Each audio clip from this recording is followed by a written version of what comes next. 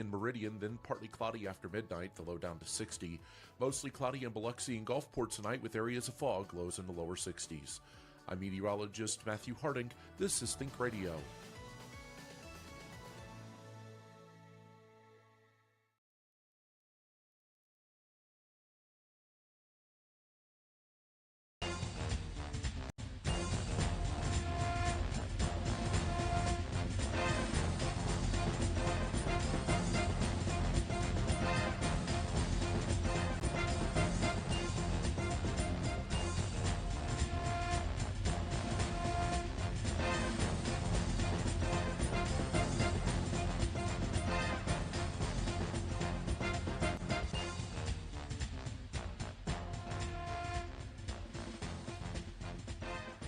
Hello, gentlemen. Did you know this is, I can't believe it, I know. It is week 11. Only 3 more weeks to go, but am I correct? This was opening night for playoffs for the 8-man. Yes. Not any other, not the 11-man teams yet, correct? Oh yeah, there's a lot of okay. playoff So games, yeah. this was basically the start of playoff season. Right. I knew it was 8-man, but there was some, that'd be the 1A, no. 1 through 4A.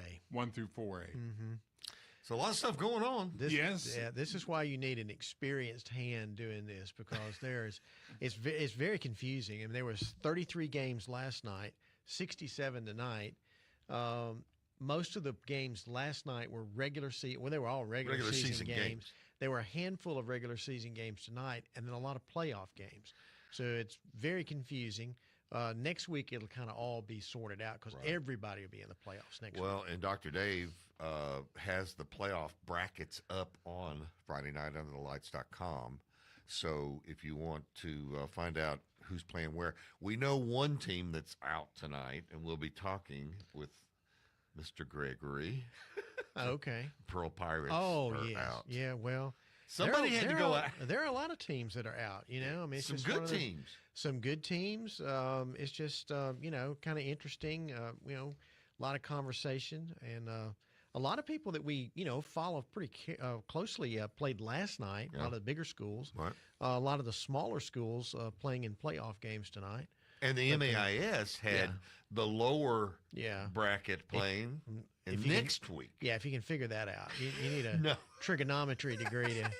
Joseph Craven has figured it out. Yeah, I know he has. And probably Dr. Dave, he's figured it out. If truth be known, Dr. Dave was probably in that meeting.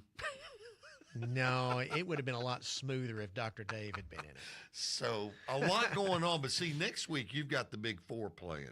Right. And MRA will play JA and Jackson Prep will play Hartfield. So now where will that game be? Now that is a sore subject. Is it Hartfield? Yes, by 1 point. Okay, and MRA plays JA where?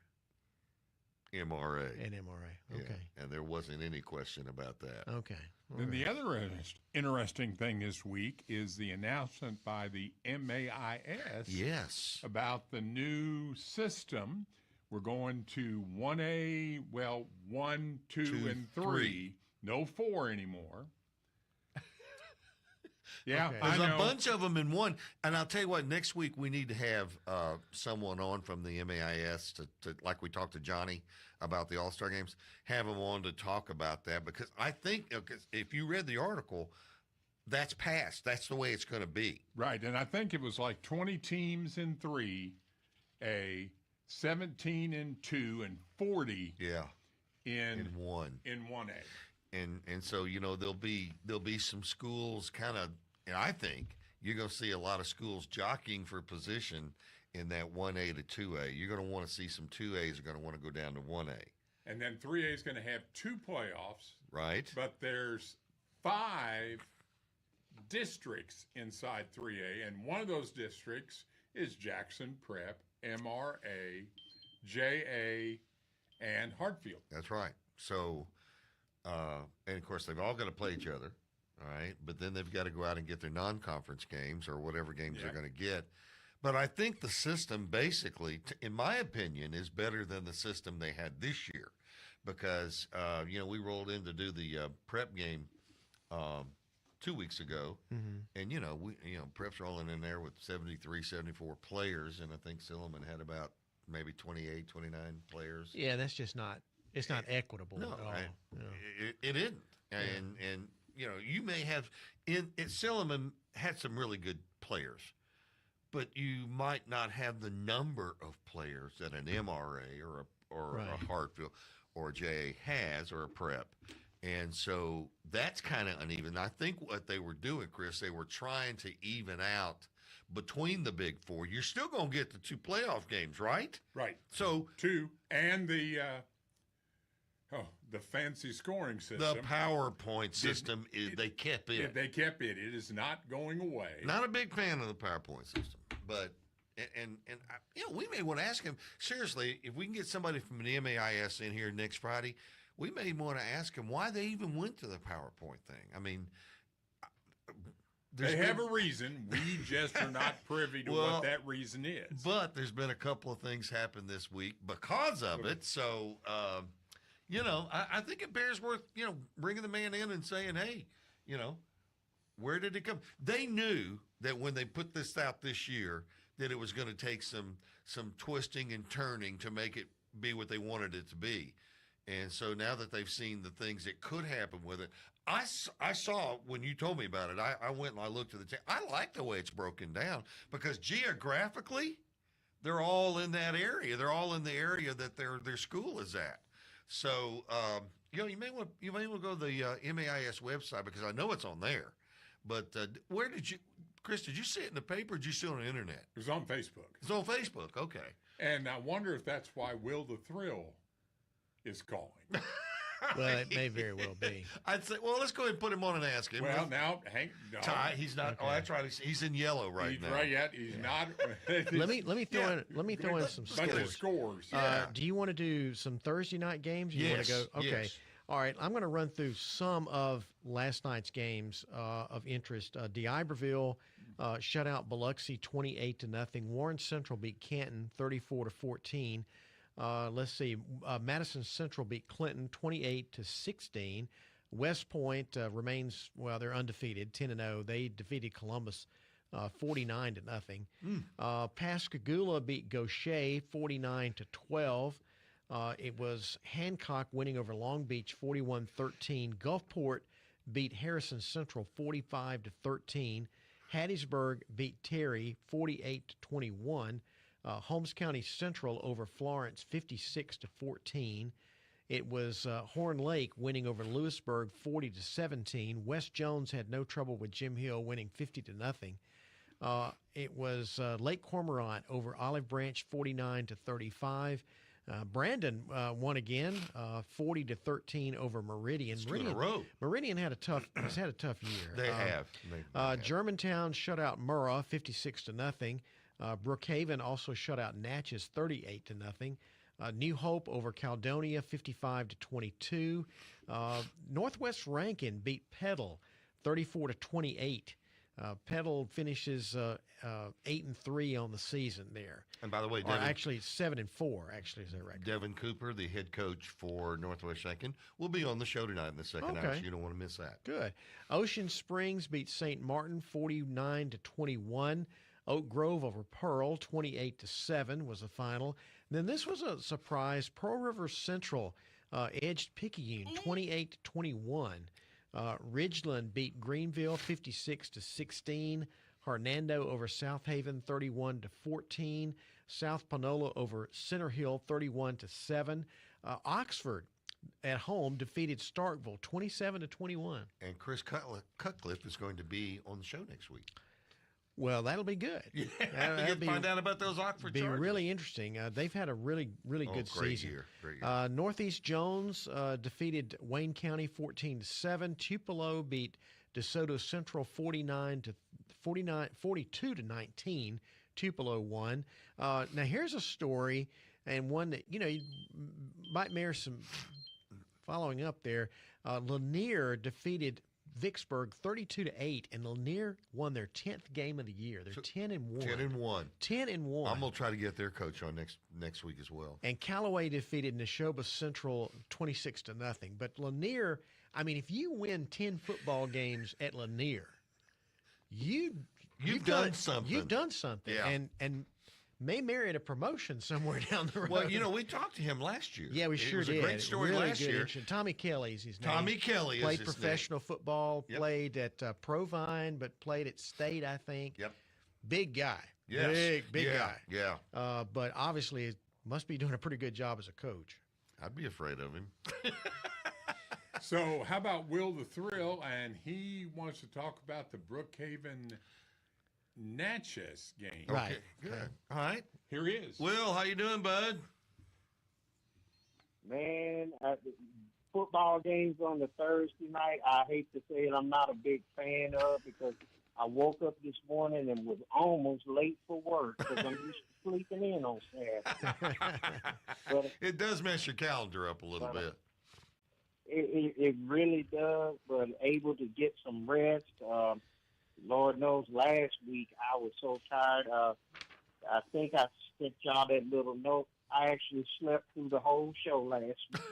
Now, you're not allowed to do that. All right, now, I I got to ask you, Will, how good is this Brookhaven team?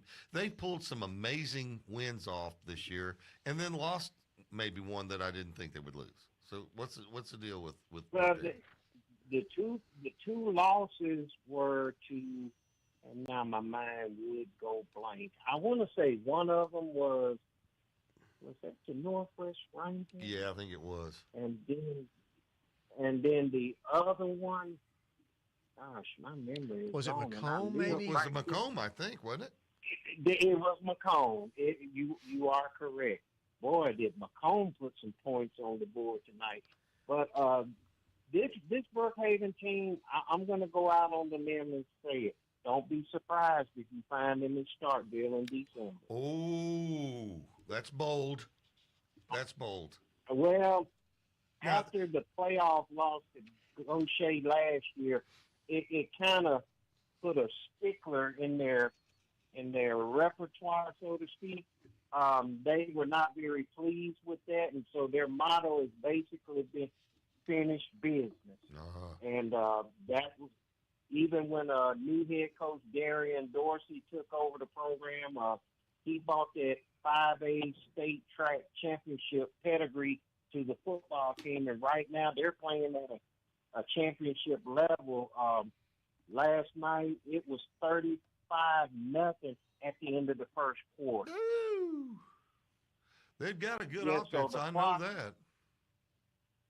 Well, it's a balance of run and pass. Probably I'll say 60-40 run to pass. But last night, I call it the Joe Montana offense.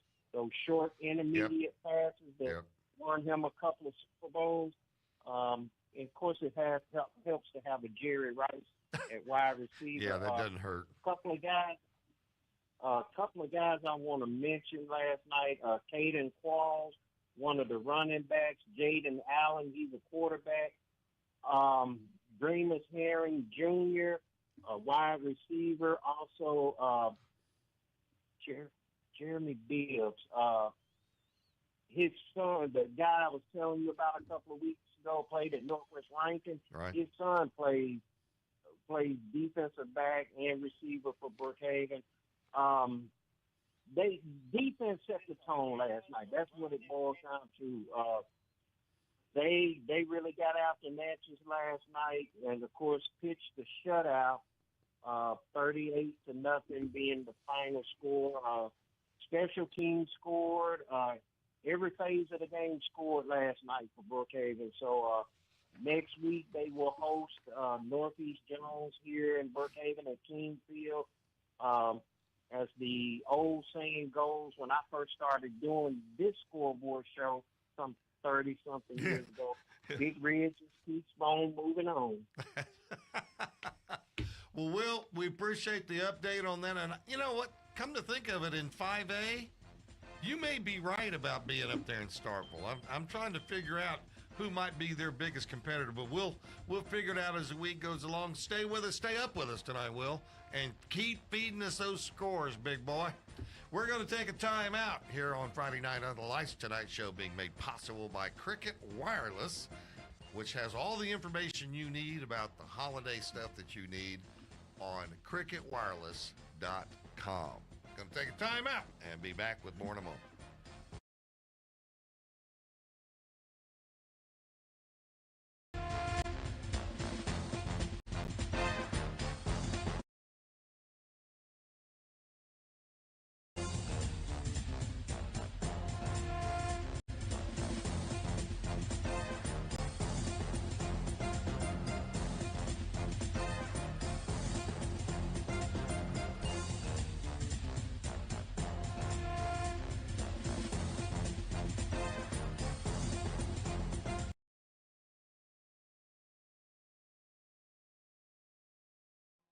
Hello, Mississippi. Did you know that the average student graduates college with $30,000 worth of debt? That amount of debt can delay major life milestones, including getting married, buying a home, and starting a family. But don't worry, we've got some good news for you tonight. College Savings Mississippi and Treasurer David McRae can help you reduce or eliminate that debt. Their plans are flexible and affordable. Start saving for as little as $25 today. Visit treasury.ms.gov/college savings to learn more.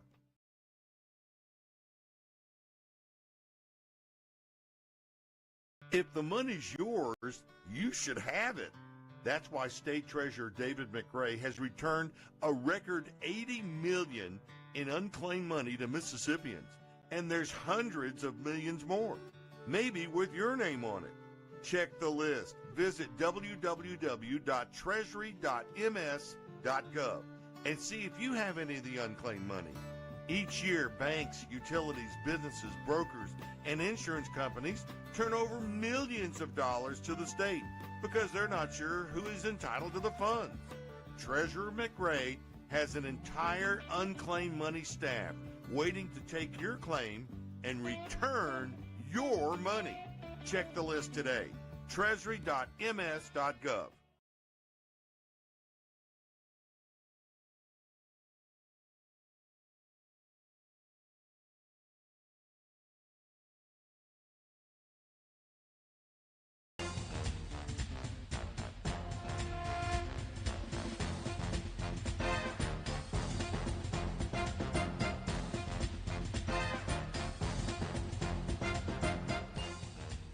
So segment 1 is gone. We're ready for that. We've got at least one caller on the phone. Greg Flynn is on the phone. So let's talk to Greg. Hey, Gregory, how are you tonight? Well, good evening, Sunshine. How are you? I'm just beaming, but I know you're not because the Pirates, who had an up and down season, ended theirs last night. It was a disappointing way to go out. After the big win over Petal to get to 2-1 in region, they close out, lose back-to-back games, lose to Oak Grove last night, which is no shame in that. Oak Grove is playing some phenomenal football, and they just dominated last night, and it was really something to watch. I mean, Oak Grove, they ran that spread to a T, and when they can run the football too, man, the Warriors are so dangerous. And they won it 28-7 over Pearl last night down in the Pine Belt, and they Oak Grove winds up being the region champion over the Pirates. So it was a very rough year, just 3 wins on the season. So they finished 3-7 for Pearl, and now we'll see. We'll see what happens in the off season. Do you lose Durr? Is he senior? Yeah, Jack Durr finished out on a losing note last night. He had a great freshman and sophomore year, and man, sky was the limit for him. Blew out his ACL in summer practice right before his junior season. Had to sit out last year, and it just never quite came back around for him his senior year. Hopefully, he's going to get some looks and play some junior college ball maybe. But really, his ticket is punched with his academics. But we'll see if where he's going to be able to play some college football at. So now you turn your attention to the Mississippi-Alabama All-Star Game and the Bernard-Blackwell All-Star Game. Boy, am I looking forward to that. What kind of talent do we have here in this state? It's just incredible seeing the Mr. Footballs get named as well. Yep.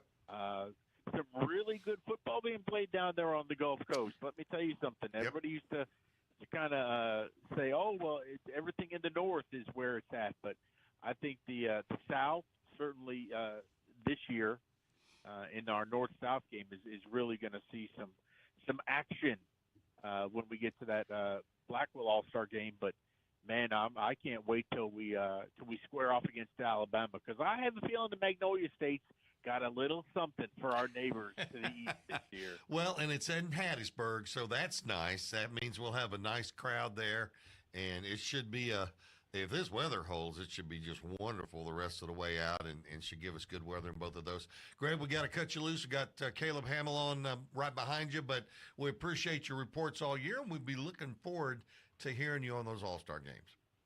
You got it, sir. Go Mizzou. You may lose your coach. No. See you later, Greg. Here's Caleb. Hey, Caleb, you want to talk about South Jones and Laurel, and did the real South Jones show up?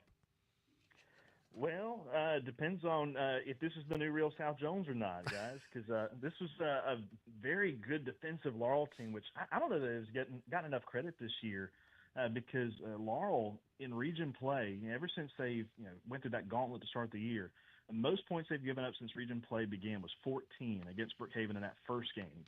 And ever since then, defensively, they've been staying in games left and right, held South Jones to just 3 points on the opening drive of that game, and back and forth they went, just trying to score, but nobody else could in the first half. And Laurel gets the ball to start the second half, drive the length of the field, and over 10 plays, and score the game's only touchdown and win it over South Jones 7-3 to secure a home playoff game next week. It was crazy. Well, and Caleb, this isn't your first rodeo to call games. People really like these defensive slugouts, don't they? Oh, no question. And here's the thing. Both teams had opportunities. In fact, both had red zone opportunities in that first half, but either by way of penalty or because of just getting backed up by way of just losing yards. They have found a way to get out of field goal range, and both teams had a missed field goal in that first half. So they all had opportunities, couldn't cash in early until Laurel finally broke through and held on to win it. So you're not done for the year, are you? I mean, you got a game next week? All four of our Jones County schools have made the playoffs. And wow. I'd have to go back and look and see the last time that happened. Been a while. Yeah. Northeast Jones going to be the 4 against Brookhaven. Tough draw there. West will be a 2-seed hosting, I believe it's Pearl River Central, which that's a hot team. I was going to say, that's a tough draw, too. Laurel draws Purvis, and South Jones will travel to Wayne County, who just took one on the chin from Northeast Jones. So all kinds of stuff still to play for. And when you have 3 representatives out of Jones County in the 5A South ranks, you like those odds of getting able to stay playing. Well, you sure do. Well, Caleb, we're going to cut you loose. We got a lot of folks to get in tonight, but we really appreciate your take on that. Was the game at Laurel? The game was at Laurel between the bricks. It just doesn't get any better than that, my friend. It is awesome. Appreciate y'all. Okay, brother. Thanks, man. So, Laurel takes one win. And, well, they haven't. I mean, you look at their record. Not great. It's not great at all. It's like 4-6, I think. 4-6 with that win, but they make the playoffs. But their defense has been really, really good all year. Well, speaking of defense, who's been good all year, Clinton's has been pretty good most of the year. Yeah, most of the year. I mean, they had it. I mean, they were in pretty much every game except maybe one.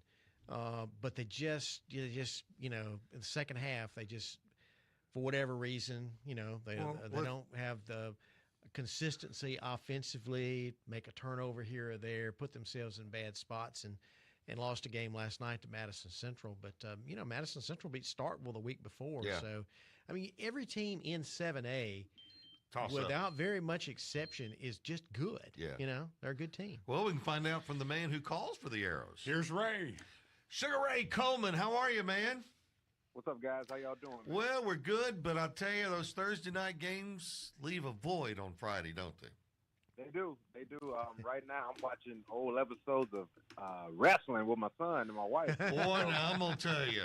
That's just let you know how my Friday nights are about to be. That's real living there. that is. It is.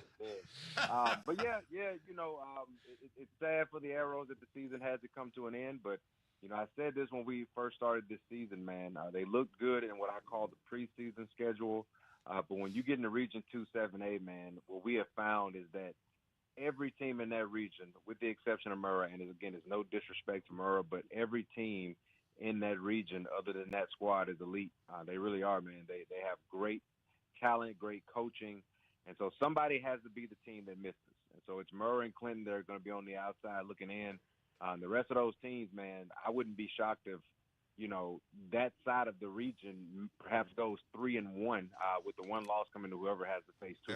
I'd say you're probably pretty correct on that, Ray. Tell me about Madison Central. Now, this is a team that I've not been able to figure out this year. I mean, they've lost a game here and there. What about them? Yeah, I think they're solid, man. I really like their quarterback, Trip Smith. I think he's a sophomore. The kid can spin it. He's got moxie. He really does, man. And their defense is what impresses me.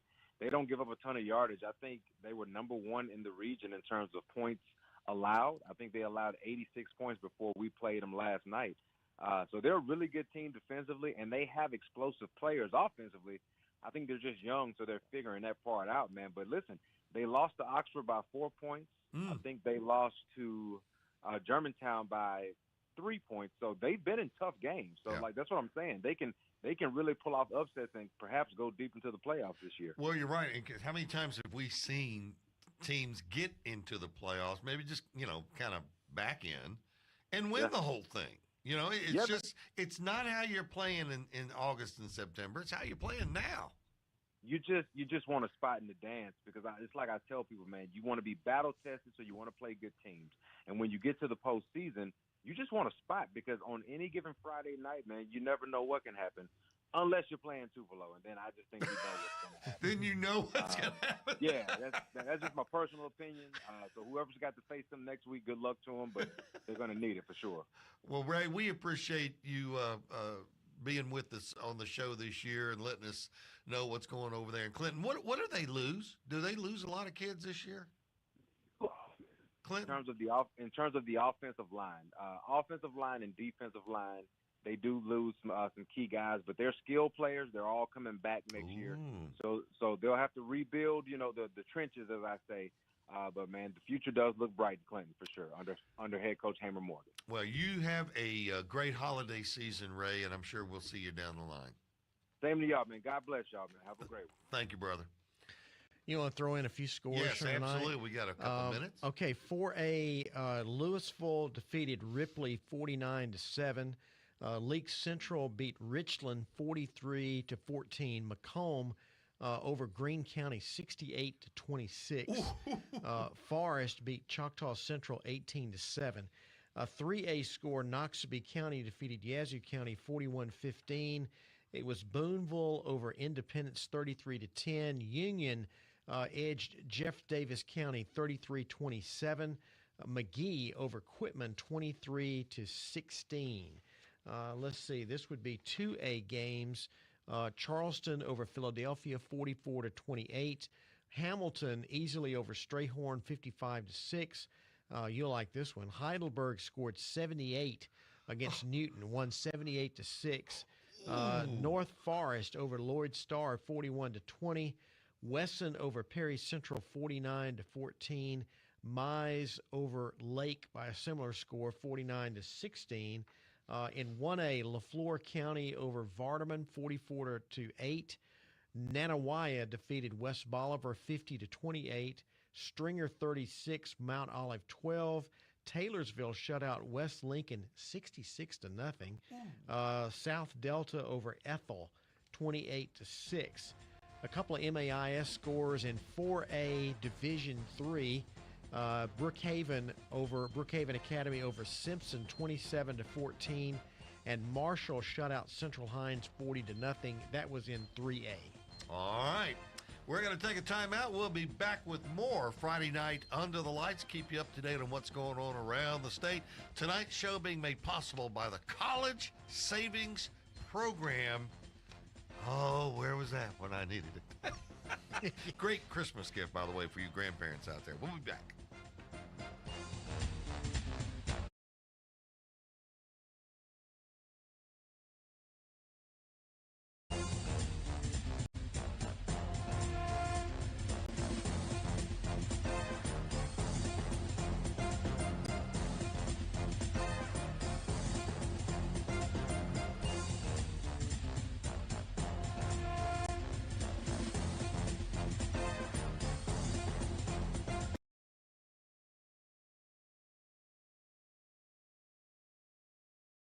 Mississippians love football, and our high schools in South Mississippi like Gulfport, Moss Point, and Ocean Springs stay connected with their students, parents, and community by live streaming events, including football through WSN Live. WSN Live provides your school with everything you need for professional and seamless live streams that are easy for students to run. And your fans can watch online from anywhere on any device. With WSN Live, your school gets the right gear, a rock-solid network, and game-time tech support. Learn more at WSNLive.com. Hello, Mississippi. Did you know that the average student graduates college with $30,000 worth of debt? That amount of debt can delay major life milestones, including getting married, buying a home, and starting a family. But don't worry, we've got some good news for you tonight. College Savings Mississippi and Treasurer David McRae can help you reduce or eliminate that debt. Their plans are flexible and affordable. Start saving for as little as $25 today. Visit treasury.ms.gov/college savings to learn more.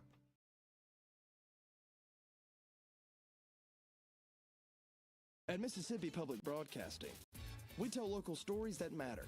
Educational and entertaining television, radio, news, and podcasts. We have something for everyone. So tune in and enjoy all we have to offer. Every day, MPB. Your stories, our mission.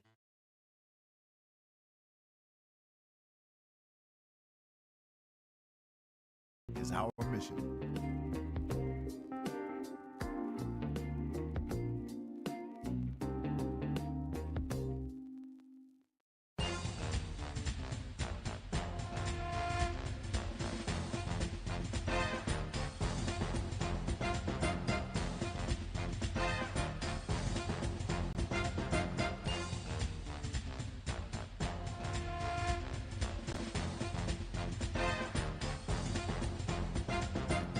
Gentlemen, we are back, and we've got Harold on the phone. Oh, he's not in a good mood, and you know he may be on life support tonight. I don't know. Harold, you there? Hey, I'm here, buddy. Hey, what do you mean I'm not in a good mood? I'm all right about we know what happened to us last night, but let me tell you something, guys. We are going to be in the playoffs. We host Ivoryville next week. Ooh. Now, just to be in the playoffs, Harold, when was the last time the Panthers were in the playoffs? 4 years ago, 5 years ago? I think it was about 5 years ago. I think it was too. Sure. Marcus Broles came in there and turned that program around last year, and he's got it headed in the right direction, but they lost one last night. Tell me what happened. Hey, it was just the control of the game and doing. We just run out of steam. But hey, we played a good ball game. But they beat us, like I said, 38. 38-20, 34-28 beat us by 6. But we got in as a second place team. So we will, from what I've heard, we will host Ivoryville. Oak Grove will be host Biloxi. And if everything goes all right, there's a possibility you'll see an Oak Grove that'll square off the following week. Ooh, that would be exciting. Now, who beat you last night? Northwest Rankin. And they go down, and guess what? They get to go Port Admirals, if I'm not mistaken. We're going to have Devin Cooper on tonight in the second hour. I'll ask him how he feels about that. But, and then Brandon, I think, goes, no, I don't know. Wait a minute. It may be Northwest Rankin and Ocean Springs, and then Brandon gets Gulfport. Yes, So I think that's it. Yeah, I because think that's how it was. I was talking with somebody, Brandon. I was talking to Bobby Gross, and he was telling me that it is at Gulfport next week for the Brandon Bulldogs. Well, Brandon gets Gulfport, and then so hey, Northwest Rankin gets Ocean Springs. So and it's just like Mr. Flynn said about it. Hey, the coast teams, they're not playing around, guys. I'm telling you, they're not playing around. Well, I mean, Ocean Springs you expect, Gulfport you think, but you know what? The rest of them down there, D'Iberville, and look, D'Iberville's gonna bring a house party next week over to Petal. They're gonna bring something with them. But hey, to the staff and everybody up at Petal, I say good to us. But I'm glad because I thought we were going to be going to Ocean Springs, but then we looked at it today, and people told us we are going to host it at Petal next week. Well, I tell you, Harold, it'll be a good game because D'Iberville, I think, is one of the most improved teams this year over last year, and they've been putting it together down there. But you guys still have a lot of your D1 commits, and it should be and you don't think Marcus is going to take this one sitting down, do you? I don't think so. I don't either. No. I don't think anybody's going to be. I don't think anybody's going to take this one sitting down. I think it's going to be a rough week because it's going to be something to see how they go in practice and really get after it. Well, I'll tell you, that was an exciting game, but it may not be the most exciting game in the Pearl area because my grandson's Mighty Mites from Petal travel to Covington, Louisiana tomorrow for a playoff game. Yeah. They're 5 years old. Yeah. And they're traveling to play in the playoffs. I know. Harold, have a great weekend, my friend. We got to run, but thanks for making us a part of your Friday night, and we will talk to you next week after that, D'Iberville. Hey, you sure will, buddy. All right, we'll holler at y'all. Thanks now. Bye-bye. Your grandson may be 5, but he looks like he's 16. Here's the only 5-year-old driving to the game. Here's Joseph Craven. Joseph, how are you, brother? I tell you what, I'm not going to be able to match the energy Harold just brought. I don't know why y'all are bringing me on right now. I can't follow that up. And he didn't have a game tonight, and you didn't either. I didn't either. That's right. But, I couldn't help myself. I was watching high school football. There you go. A true fan. Not a fan. Who were you watching? I was pulling up some of those MAIS Division II, 4A Division II. So Starkville and Copiah was the one I thought was most fascinating. Starkville took down Copiah. No. In that ball game. Yeah. Really? Starkville Academy beat them 10-7, if I remember correctly. So that was an interesting one to see. Did you get that one, George? 10-7? I did not have that one, no. Okay, Starkville beat Copiah 10-7. The reason I wanted you on, Joe, is because next week, of course, the Big Four play, and MRA plays JA, and Hartfield plays Prep. Give me your thoughts on that ballgame because, look, those that know that Prep won that first game this year, that's true. But it is also true that Braylon Womack was in a boot and Catchings was not in the game. How much difference does that make? Well, I mean, obviously it makes a huge difference when you got, two of your senior leaders, not just the actual athletic talent, but also two of the experienced and leaders on the team. It makes a huge difference. But another thing that makes a big difference as well is that Hartfield is just playing like a different team at this point than they were at that point in the season. They've at that point in the year, well, I'll put it like this, that Hartfield has to be a second-half team now, and I mean that in the first half of the season, they were a terrible second-half team. I get you. I know what you're saying. Yeah, exactly. So they would be very competitive in the first half, come out in the second half, turnovers, penalties, empty red zone appearances. A lot of that was happening, and that's one of the major things that happened against Jackson Prep. I mean, Womack and Catchings and everyone could have been healthy in that ball game. I don't think it would have made much of a difference because the Hawks just weren't executing well. Yeah. And that's something that as a team, exactly, in the second half of the season, and even the week after that, when we traveled up to Tupelo, and we got our teeth kicked in, but it was a really, really competitive first half. yeah, there you go. Yeah, exactly. But they've righted a lot of that since then, and so that's really what makes the difference, is that they have been able to kind of change who they are as a team in this second half of the season. And I think that speaks a lot more so than maybe the players returning from injury, is that the team is more like a team now. That tells me that Craig's doing a great job over there, Craig Bowman and his coaching staff, to understand that there's two halves to a season and doing what you have to do in order. And it looks like, everybody asked me all this week, said, who do you like, MRA or JA or whatever, I think I like MRA against Tupelo. That's how good they are. But again, that's why you play the games. And we saw this week how the districts have been reworked. And I don't know, though. I'm just not crazy about this Friday night off, at this point in the season. During the middle of the season, maybe getting everybody healthy. At the end, just, it just doesn't work for me. No, I get it. Yeah, you kind of want to have maybe like a mid-season bye week. That sounds great. No, you got momentum going at this point. That's right. You hit this week. You want to keep it going. You don't want any break. That's it's right. Weird. It is a weird feeling for sure. It's a weird feeling for sure.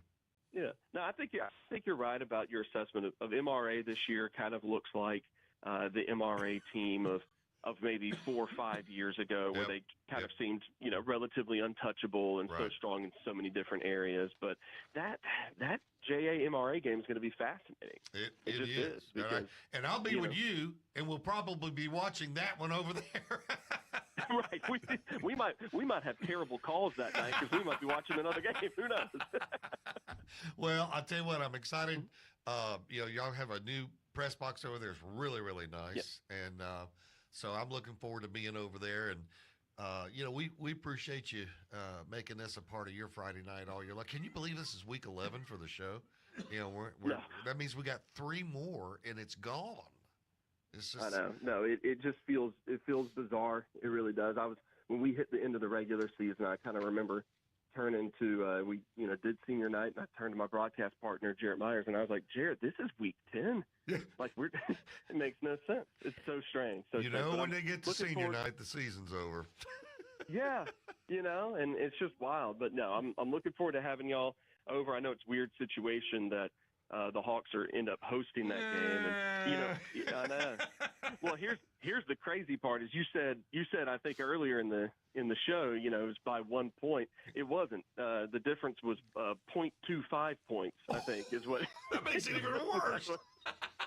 I know. It's just insanity, but it's funny because I think both teams kind of figured out several weeks ago that they were going to meet again in the playoffs. Yep. It would just weren't sure which location, which means both coaching staffs have been planning for this game for weeks. Yep. Yeah, which is also there'll wild. be no surprises next Friday. I can tell you that. It'll be a good football game, that's for sure. And I always love going over there. So it should be a lot of fun. Well, Joseph, have a great weekend. And I know in fact, you ought to just come over to the studio next week. Yeah, works for me. I got nothing else going on after that. Yeah.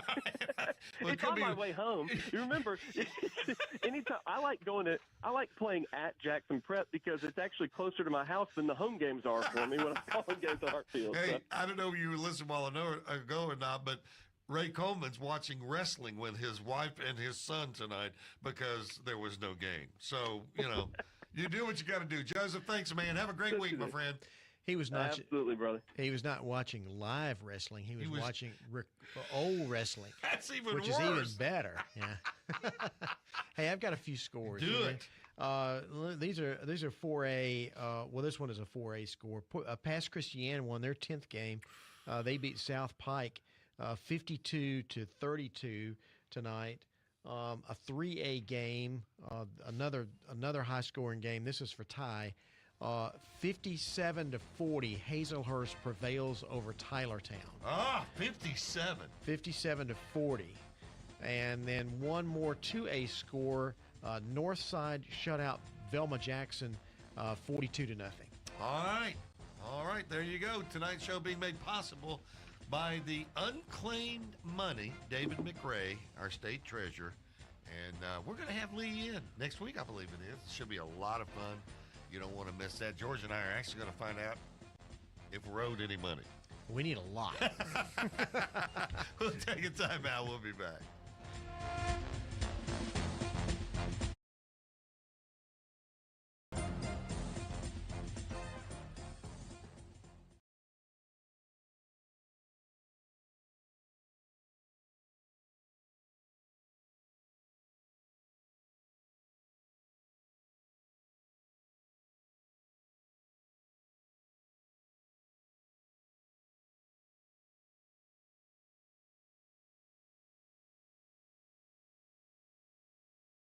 Mississippi football families, have you thought about how you're going to tackle student loan debt? Don't do it on your own. Pass the ball to State Treasurer David McRae and his College Savings Mississippi team today.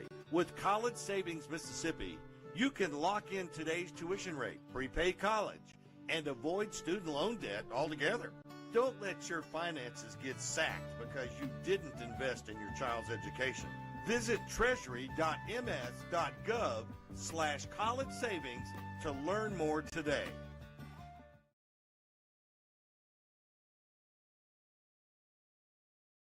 At Mississippi Public Broadcasting, we tell local stories that matter.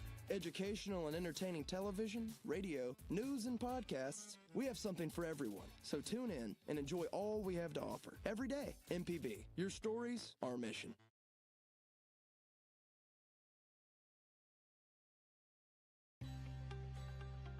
Commercial roofing, reliable and durable solutions for your business. Residential roofing, protecting your home with quality craftsmanship. Metal walls, custom designs for a modern look. Emergency services, rapid response to protect your property. After a recent hailstorm, I needed a total roof replacement. I chose Malone Roofing for the job, and my new roof looks great. Contact us today for a free inspection. Visit www.ecmalone.com or call 1-833-7-MALONE.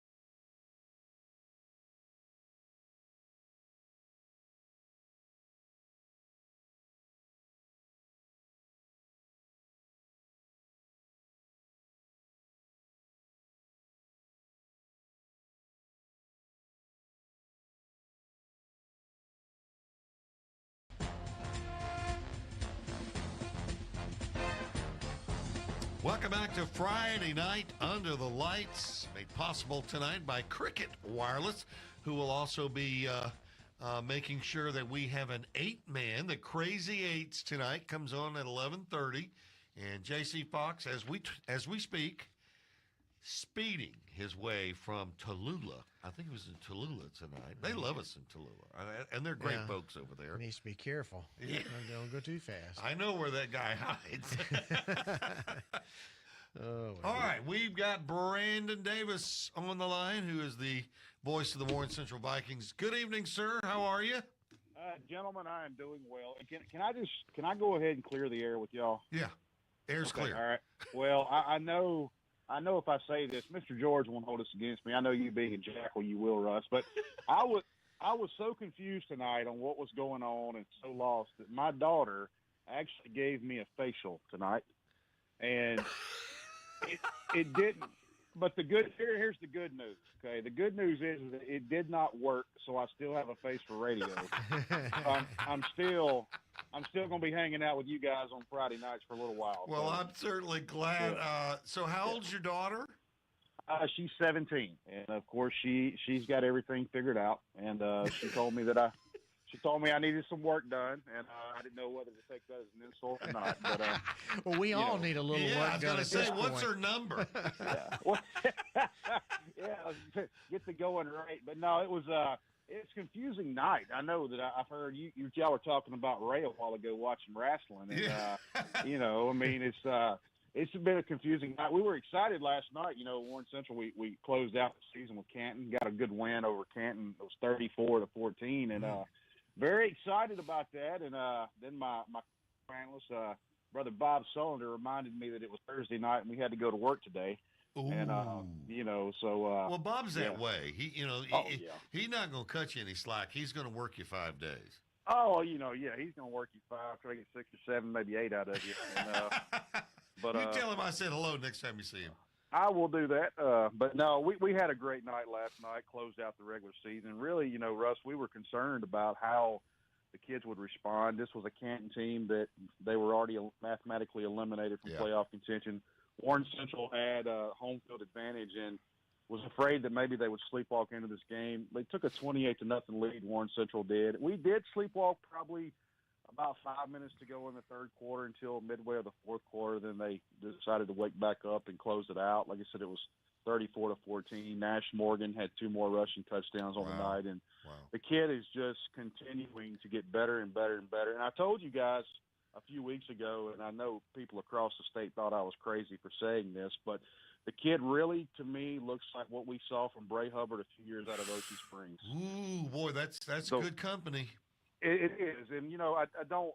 And I'll say this: Nash Morgan still needs to improve some of his passing. He is a junior, by the way, so he has some time. But the way he runs the football, and just teams have had a difficult time sacking him and getting him down. As a matter of fact, the funniest thing I've ever heard last night, the defensive end from Canton, I believe the kid's last name is G, just a solid prospect. They got into like a little hand tussle, and Nash was trying to get away from him. And Nash ends up throwing the ball that was completed.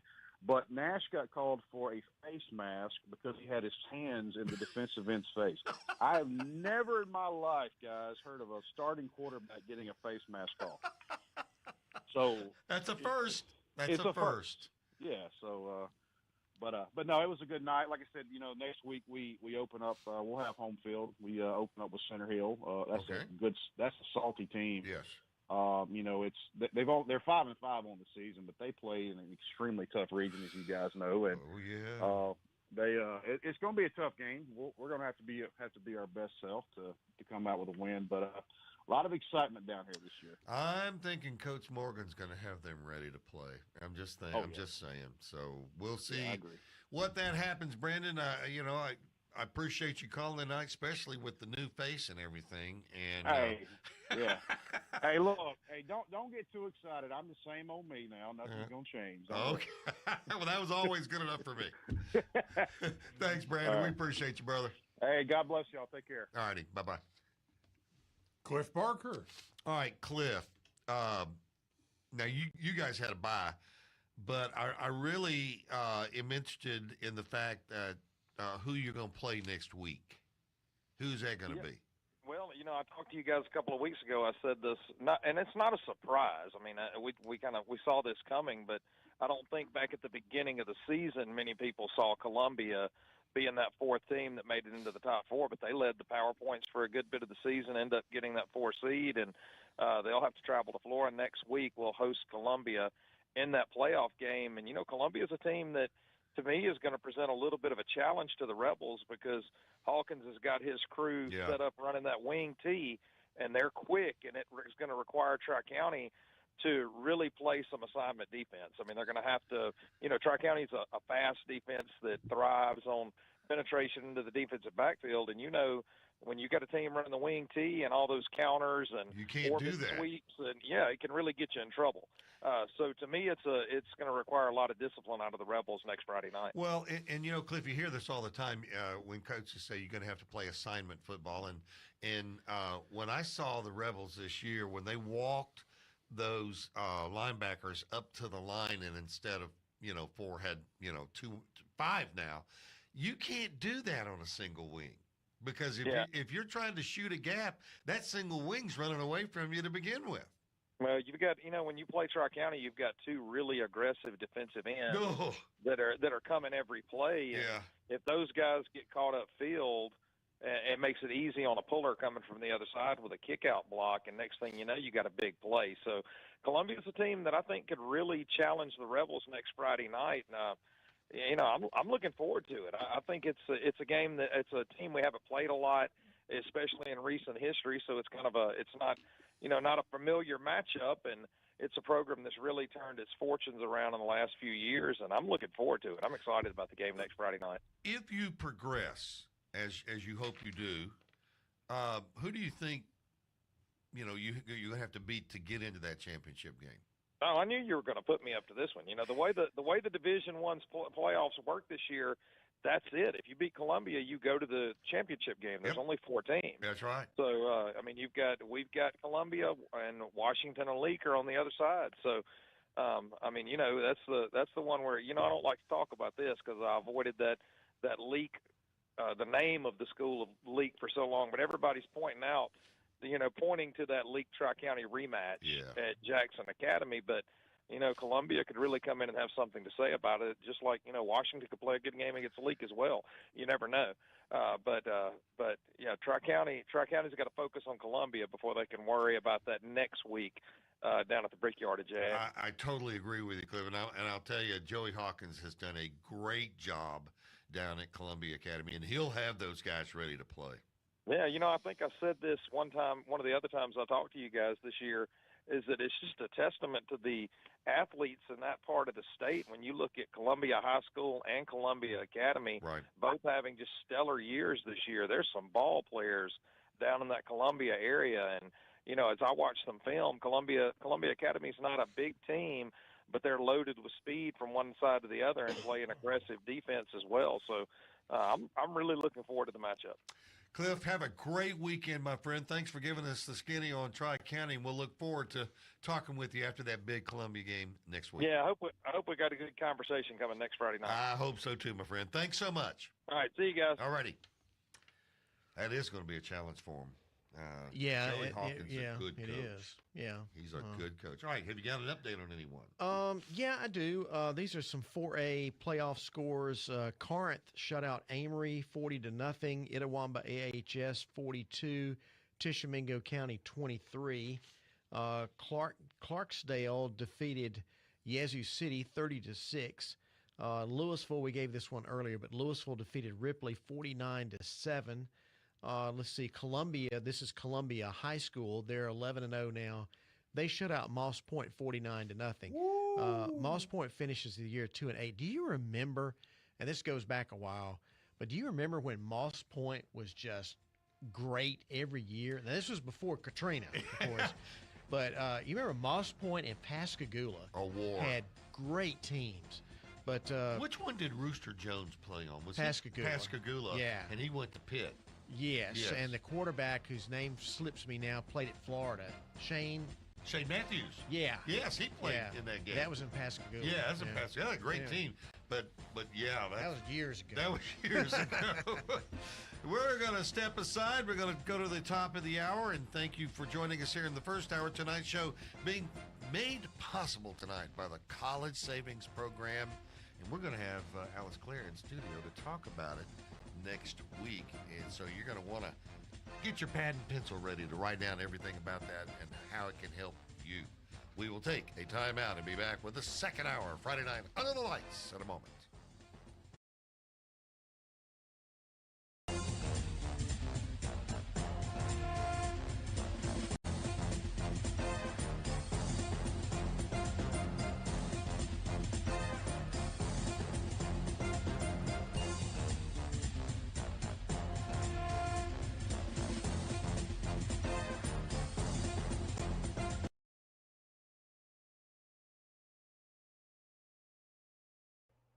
One in 10 Mississippians has unclaimed money awaiting claim at the state treasury.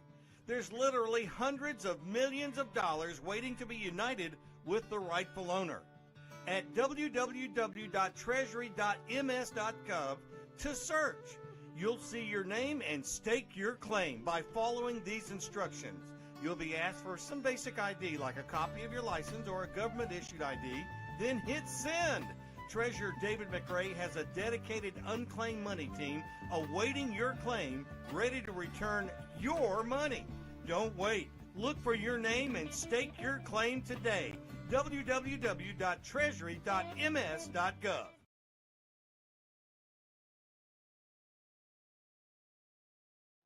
Hello, Mississippi. Did you know that the average student graduates college with $30,000 worth of debt? That amount of debt can delay major life milestones, including getting married, buying a home, and starting a family. But don't worry, we've got some good news for you tonight. College Savings Mississippi and Treasurer David McRae can help you reduce or eliminate that debt. Their plans are flexible and affordable. Start saving for as little as $25 today. Visit treasury.ms.gov/college savings to learn more.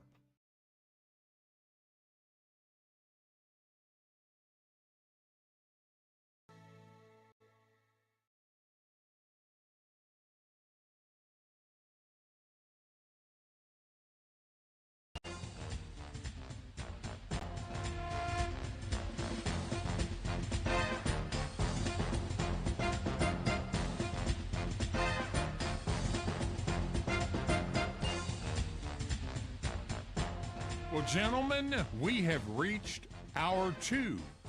And what is really great is we have a friend of the show. Oh, don't we ever. On the phone, Isabella. Breaker 19. Isabella, you with us? Hey, I got my ears on. How you doing? And not everybody understands am- 80s lingo. That's Yes, true. Okay. Right? I am good. I'm here standing on the corner in Winslow, Arizona. Got to be a Not song. really, Got to be a Such a song. fine sight to see. Yeah. Right? I literally am in Winslow, Arizona. So, but I wanted to call in. We've got a different, or y'all have a different format, kind of how you do. And I said, well, it's the last. Hard to believe it's the last regular season game. I know. I know. Like just yesterday, we were doing the Red Carpet Bowl Classic, and so.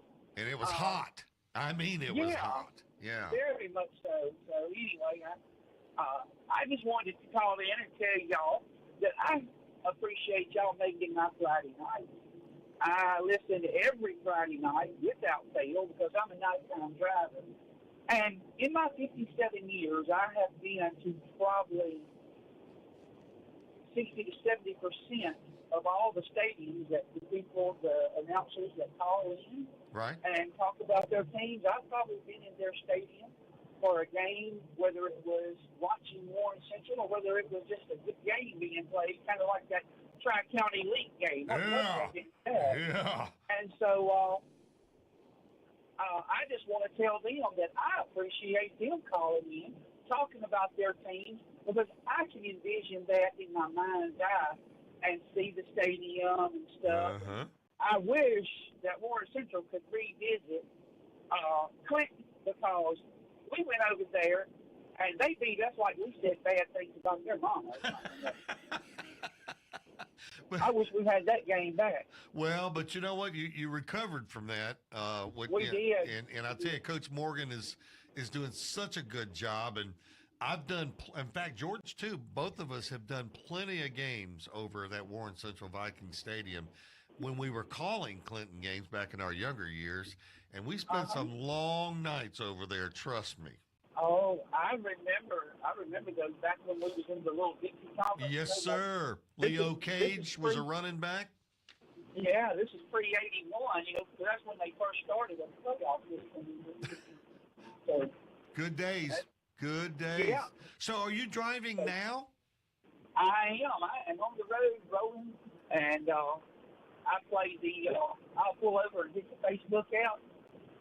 And I like a dark cabin, so I can't see y'all. I'll put a towel over the phone. That way they can bright up in my face. That's probably a good thing. That's probably, it's not a bad idea.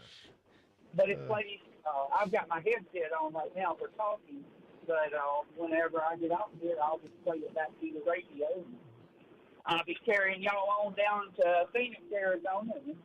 I've got a sweet deal, but it plays out about every 2.5 months, and they have to get more product up.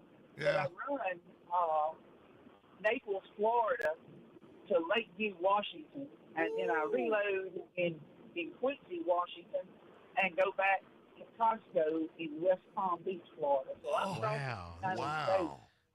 That's a ways. That is long way. Well, Isabel, I'm just so excited that we're talking to you. We're going to have to let you go. As you know, we got a lot of folks that we got to get in. But look, be careful driving that rig, and hopefully we can touch base again with you next Friday night and find out what those Vikings are going to do. Will do. I'm going to keep it between the mayonnaise and mustard and keep the greasy side down. Thanks, Isabella. All righty. Jake Wimberly. Now, Jake, how do you follow that? Yeah, you can't follow that. No. I don't know that I can, guys. Call back and try it again. Oh, my goodness. Did you hear that route she's running? It sounds like she's running a trucker's route out She is running a trucker's route. She's going from Naples, Florida to Washington State. Good gosh. That is, I hope she's got a kind of a co-pilot, right? Because, I mean, that's a long way. I didn't hear anybody.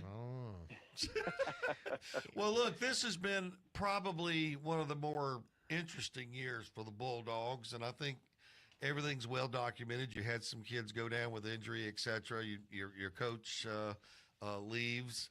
But you guys have rallied around everything, and you find yourself in the playoff. And, Jake, that's all you can ask for is to get a shot into the dance. Yeah, I mean, you talked to interim head coach Eugene Clinton, who's been with that program for over 10 years or right at 10 years, and that was kind of his message is, hey, look, we're here to just try to kind of keep things together, be here for the kids, pull it together, and let's see if we can make a run here. And, whatever happens, and what has happened. So they have really done a great job. These assistants kind of rallying. They got Will Rogers helping on the offensive side. He's in town, and Wyatt Rogers just moved to the field. So, they've done some tweaks internally. But, guys, these guys are playing pretty darn good football right now. And they've got 2 wins under the belt, back-to-back wins. And they know the challenge is very, very tough, from this point forward. I mean, they will not play another game at Bulldog Stadium. And if they're going to play in Starkville, and look, let's be honest, that's the goal of everybody that's in the playoffs. Sure. You want to play in the championship game. And, they would love an opportunity to get back and try to do that. It's going to be on the road, and that starts at, Ocean Springs coming up this week. Now, hey, Jake, I noticed in the last couple of ball games, y'all are scoring a lot more points. Oh, absolutely. Yeah, they've done well, I'll tell you what they've done is just little tweaks. If they've tried to go back to, and look, we can get into another day of, what they were doing versus what they're, back, 3-4 weeks ago versus what they're doing now, but they're doing some things a little differently to try to give, Slade and Shack some options, and I'll give you a couple of examples. They're running just, small stuff, more speed sweeps with receivers, and they're doing more outlet passes and quick passes, trying to get the ball out of his hands, because what had happened over the last number of weeks is, really just a run-heavy offense. Teams were crowding the line, bringing safeties 10 yards off the ball, really getting after Tyson Robinson. So now what they're doing is they're trying to space that out, get that defense, whatever defense they're playing, to kind of open. 9 different Bulldogs touched the ball last night against Meridian. Excuse me, and that's a record as far as this season is concerned. That's the most Bulldogs that have touched, the football in one game. So they're trying to distribute the football in a way that they can get multiple options and people touching the ball, and ultimately they get Tyson Robinson up and going and playing behind a really good defense. Well, and Tyson, I think, is the key to this team, but you can't carry the load that he's been carrying every night. So spreading that out, and look, Brandon's loaded with talent. You know that. I'm not saying letting any cat out of the bag. You're loaded with talent over there, and it sounds like that the coaches have said, okay, let's play to their talent. No, absolutely. I mean, and look, they don't have to hit the home run every play, and they're not going to be a team that's going to, vertically beat you down the field, between the hashes like they did last year. But this is a team that they've got speed, and it's just, hey, get the old cliche, get the ball in the playmakers' hands and let them work a little bit, and that's what they've done over the last couple of weeks. Now they know the task that's at hand. I mean, that's a very good Ocean Springs team that they're fixing to go play. These two teams are very familiar with each other. They've played 2 out of the last 3 years in South State, so. Jake Bramlett has really changed the culture down there and done a great job. So it should be a heck of a ball game in round 1 coming up here in about 6 days. Well, I appreciate you, Jake. Appreciate you coming on tonight and giving us a skinny on the Bulldogs, and we'll look forward to talking with you. Where is that game next week? Got to be down at Ocean Springs, Russ. Or call me. I'll have plenty of windshield time next week. 49's great at night. No doubt. Thanks, Jake. Thanks, guys. Appreciate All right. Ansley Brent. Ainsley, boy, everybody is talking about how good the football is on the coast. Would you agree with that? Finally, I'd agree. Took a while coming, but it's here. You've got, look, how big was that Pass Christian win tonight? Major. I mean, it was a game of defenses in that first quarter. I was getting a little nervous, but they always seem to turn it around right when I leave. You get your footage, you leave, and then they turn it around. And Exactly. I got 2 touchdowns and a safety before I left, so definitely didn't leave me empty-handed. But they won the game, though, right? oh yes, 52-32. Woo! A lot of points over there. So what does that do? I mean, obviously they're in the playoffs. Right. Are you talking about Pass Christian? Yeah. Yeah. Yeah. So they now they're advanced to round 2. So let's see. I had it in my show earlier today. They will now host. Where'd it go? Morton. And we're going to have a report about Morton tonight. Brandon Shields at midnight, at 11:45. He covered that Morton game tonight. Yeah. So they'll be coming to us next Friday at Pass Christian. Tell you what, there's going to be a lot of people headed to the Gulf Coast next Friday. Oh yeah, I know they're talking about Brandon coming to Ocean Springs. Yeah. That's going to be an incredible one. I know. The Iberville's on the road, I think. Yes, they will be. Northwest. Yes, and then Petal will be at. Goodness, this is all on my show last night. Well, I know it was also a big discussion last night too. Was all the seating and stuff because being an Oak Grove girl myself, was good to see the surprise 1 seed. But that means Biloxi's got to go there. So that means Gabriel's also headed to Petal. So that would make sense. That would make sense. That I tell you, Oak Grove is one of those years. This is one of those years where they've gotten stronger and stronger and stronger as the week goes by. That first half I didn't know, but they've got a good solid team. They figured it out. Yes, for sure. They sure do. Well, but this is like the 3rd year in a row, or they definitely hosted Biloxi last year. I'm pretty sure. So rerun of that. Biloxi better strap the helmet on. Oh. Hey, Ainsley, thank you so much for staying up with us. Congratulations to all your coast teams, and we'll be talking to you every week till no one's left standing. Yes, sir. Sounds good. Hope to be here for a long time. All right, Ainsley. Thanks here. Talk to Granny. All right, Granny, you were covering, and we mentioned the score a while ago, Union and Jeff Davis County. That's Lance Mancuso's team? Yes, it is. I went to the Beehive tonight at Union, and Union and Jeff Davis County. That was a back and forth game. I mean, a lot of people ask me, say, "Why are you going to watch ADC play? That's the worst team they've ever had." I said, "I'm going to a ball." That's right. Hey, a ball game is what I got. 34-28, Union beat JDC. Ooh. The highlight of the game was. Union did a little razzle dazzle, and the lineman hit the quarterback, and the ball popped straight up in the air, and JDC intercepted it, and they popped a touchdown in on that drive right there. So that was a highlight of the game. But Union throwed a 30-yard fade and caught the winning touchdown. Wow. 30-yard fade. But now that was a playoff game. That was a playoff game. That's right. So Lance is out. Lance is out. Can you believe that? I cannot believe that the number of years he has been to a state championship. I've called probably 4 or 5 of his, and he's just He's 9-0 in state championship. That's right. He's never lost. Yep. He's never lost. Well, you got any idea where you're going next week? I don't, but I want you to tell Ray Coleman he can go with me next week. He won't have to stay home and watch wrestling. hey, Granny, it was so bad. They weren't even watching wrestling live. They were watching taped reruns of wrestling. Oh, man. Well, at least they was watching something. Hey, I tell you what. Hey, I was watching a ball game tonight. There you go. Sounds like it. Hey, Granny, thanks a lot for checking in, my friend. Have a great weekend. Thank you. See you. All righty. He was at the Beehive tonight. Yeah, we never know if he's going to be in the Sticks or the Beehive. The TP. The TP. We never know. But he always picks a good game to go to. Yeah, That's so for sure. He says every week, I'm just going to find a game that I ball think's game. good. That's A right. ball game. Well, it's great. 11:15. We're going to take a timeout. Hey, we got a real treat for you. Devin Cooper, who is the head coach for Northwest Rankin, is going to join us in the next segment along with Mike Peterson and the return of Kerry Metzler to the Scoreboard Show. We'll be back in a moment.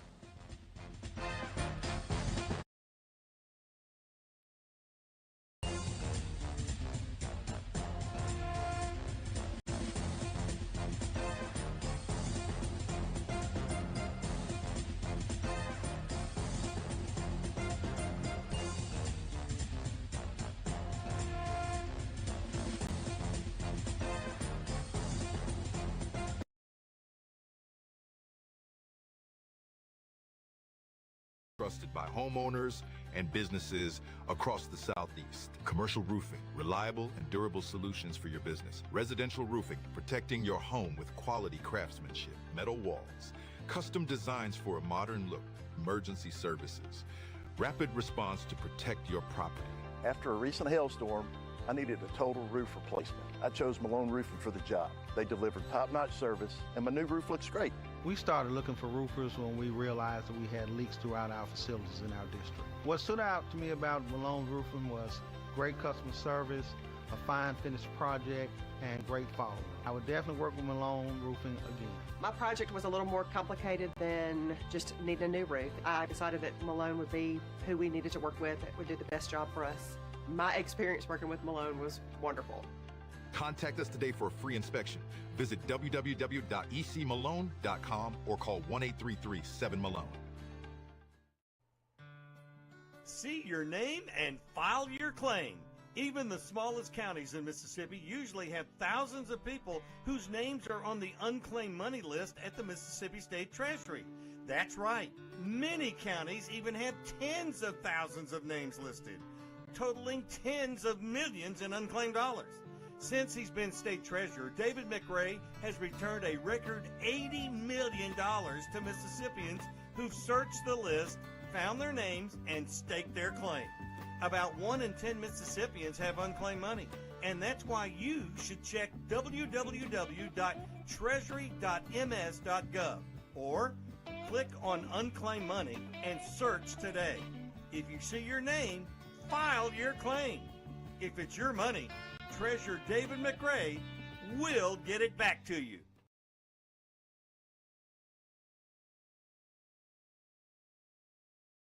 Mississippians love football, and our high schools in South Mississippi like Gulfport, Moss Point, and Ocean Springs stay connected with their students, parents, and community by live streaming events, including football through WSN Live. WSN Live provides your school with everything you need for professional and seamless live streams that are easy for students to run. And your fans can watch online from anywhere on any device. With WSN Live, your school gets the right gear, a rock-solid network, and game-time tech support. Learn more at WSNLive.com. Welcome back to Friday Night Under the Lights, made possible tonight by Cricket Wireless. And speaking of cricket, they're going to be along in 15 minutes with the Crazy Eights report. J.C. Fox just showed up. That's his car in the parking lot, by the way, wheezing. So he was getting in here tonight from Briarcrest, right? Yeah. And so he'll be having there's all play golf games tonight, George, in the 8-man. I mean, they're already in it. Yeah. So I got it. Big full time. We got a couple guys want to get on here, and then we're searching for Devin Cooper as well. But let's get Mike on. Mike Peterson. Mike, Hattiesburg Tigers, nice win. Oh, fantastic win. Officially clinched the top seed in Region 3 6A last night with a 48-21 victory over Terry. Going to be hosting all the way through the playoffs if we are fortunate to make it that far. So that was a big win last night. Started off great. Scored on the first offensive possession. In fact, offensive play of the game went up 7-0.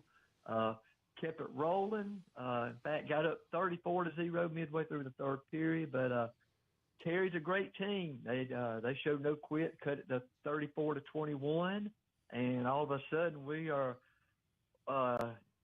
in a ball game now, not a blowout no more. But after they cut it to 34-21, we quickly responded, made it 41-21, and then sealed it with a 100-yard pick six with about 2 minutes to go in the game to win 48-21. Nice. You know, back in August when you and I were talking, I mean, thinking of being the number one seed just didn't come up.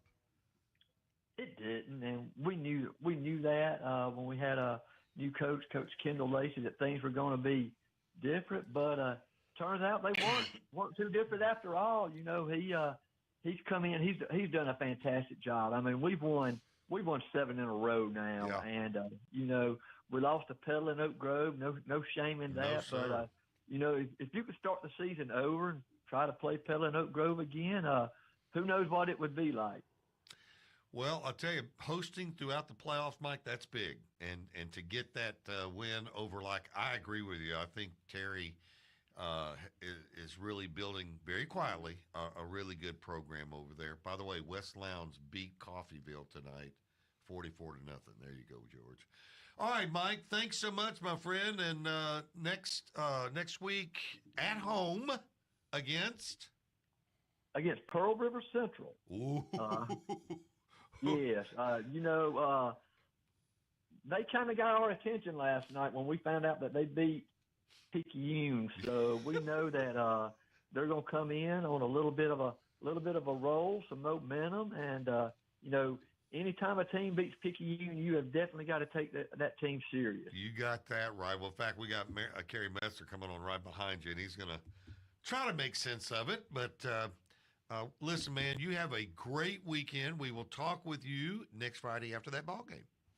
Sounds great. Thank you. Mike Peterson from Hattiesburg. And now the return of Kerry Metzler. He is alive. Well, for a little bit anyway. I'm sorry about this late time slot, but no, it's fine. I took an 8-hour nap today. I'm ready. Well, I'm glad you're up and going. Kind of a surprise last night, or was it? Well, I'll say this first and foremost. You know, Picayune Purvis Central. They're both playing good football this year. John Feaster, who's a Picayune alumnus, I'm gonna play a little trivia game with you here in a little bit, Russ. But, you know, Picayune alumnus. He coached at Picayune under Coach Lee, played for Coach Lee and under Coach Lee, then went to Purvis Central. He was there a couple of years, defensive coordinator, did a really good job. Got the head job at Stone, took them to a South State, Moss Point for a year, and then back to Purvis Central. And he's built this Purvis Central team in just 2 seasons into a really good football team.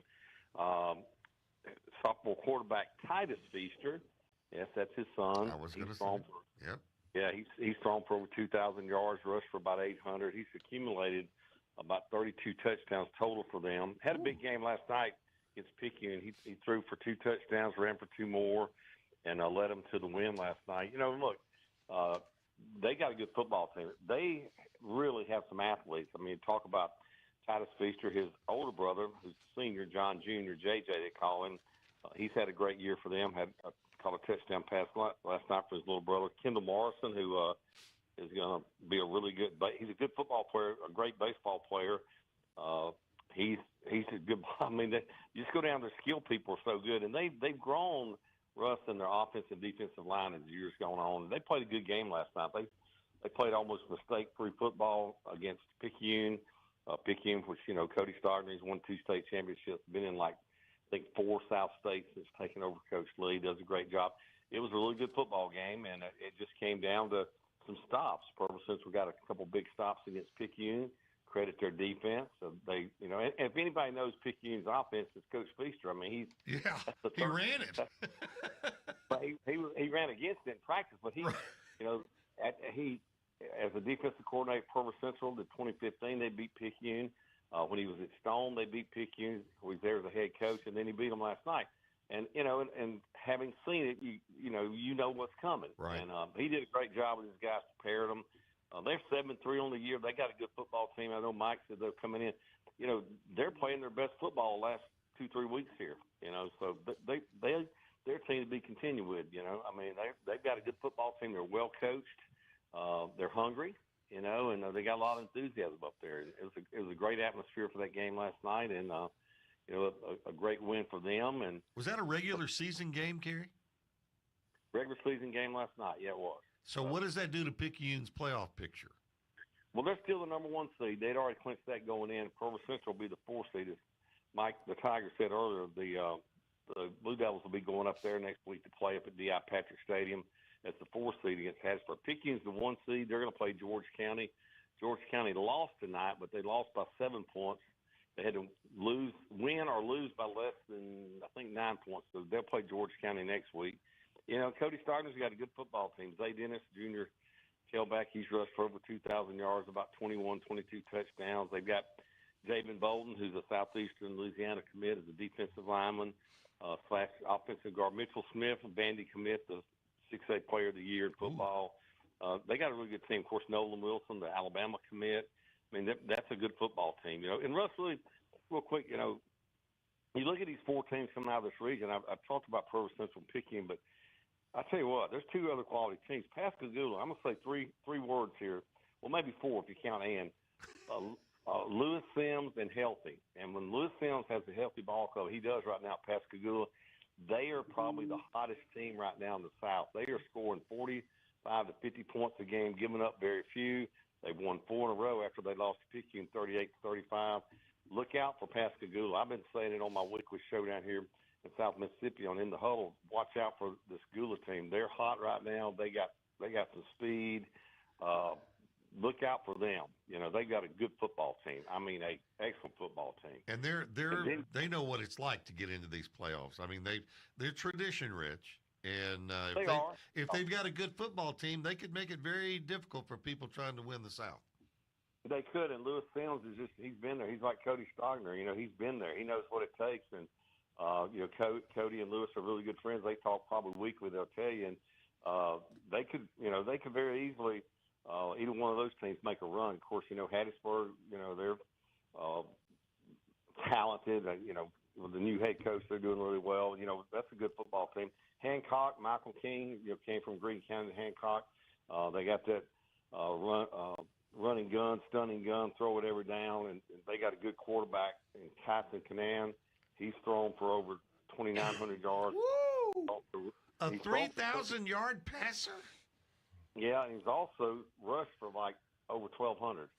He's something else. They call him K3 because he wears number 3. His name's Tyson Canan, but he's a really good football player, and he'll play some JUCO ball, maybe some D3 or D2 next year. He's a good football player. But, Russ, the matchups are interesting. Picayune's going to host George County. Pascagoula hosting Cherry. Hancock at West Jones. West Jones, Corey Reynolds, state champ 2 years removed. Guy's one of the best coaches in all football. They'll be a tough team. They got a great, team there with Tootie Lindsay, their quarterback. Yep. And 24 TDs, I think, something like that, maybe 25. They got the Watson kid who's caught about half of those or more. They got a good team, good running back. That's a great matchup. And Provo Central and Hattiesburg, like Mike said earlier, they're playing a lot of confidence right now. They got a shot if they can, keep a little momentum they've had the last couple of weeks. So it'd be interesting in the 6A in the South. A lot of good football teams. I've really enjoyed the last 2 years, particularly this year. As you know, my responsibility is covering the JUCO for Wildcats. Right. Kind of a Thursday thing, but man, having Fridays to go and see some of these teams play, keep up with all these things, it's been great, man. I really enjoyed it. It's been a lot of blast. Can't thank Tommy and Upton and Jake Feely enough for giving me the opportunity to go and do this. And Michelle. Well, that's true. We got grandbabies now. We got 2 and the third one on the way in the next 10 days. So and I got my Medicare card. How about that? You're legit. Hey, I'm legit, baby. I've got it all. But it's been good. I 30 years of Maroon Tide football with Coach Lee and Coach Stogner. That was a hoot. I had a blast with that. And but it's just been nice to sit back and really have a chance to watch some good high school football across the state, and the way it is now, you can catch about any game you want to in some form fashion. So it's good stuff. All right, Kerry. Well, listen, thanks for filling in for Tommy, and we appreciate. It's always good hearing from you, and hopefully we'll see you during the holidays. God bless you. You guys be good. Thanks, brother. Wow. I agree with you. They need to watch Pascagoula. They're a little dangerous. Yeah, they're don't have Rooster Jones. No, but there's a lot of good teams on the coast. I mean, I think coast football has really come a long way in the last few years, for sure. Sure has.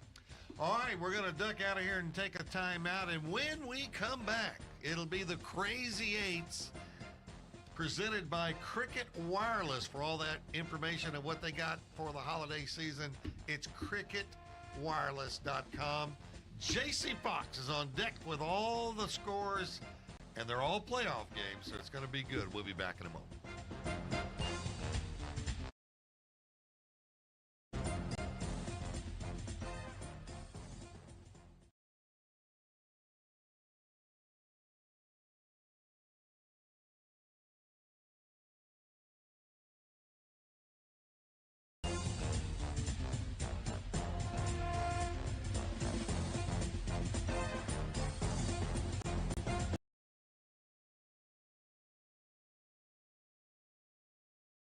Mississippi football families, have you thought about how you're going to tackle student loan debt? Don't do it on your own. Pass the ball to State Treasurer David McRae and his College Savings Mississippi team today. With College Savings Mississippi, you can lock in today's tuition rate, prepay college, and avoid student loan debt altogether. Don't let your finances get sacked because you didn't invest in your child's education. Visit treasury.ms.gov/college savings to learn more today.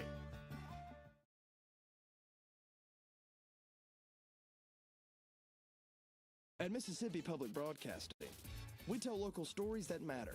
Educational and entertaining television, radio, news, and podcasts. We have something for everyone. So tune in and enjoy all we have to offer. Every day, MPB. Your stories, our mission.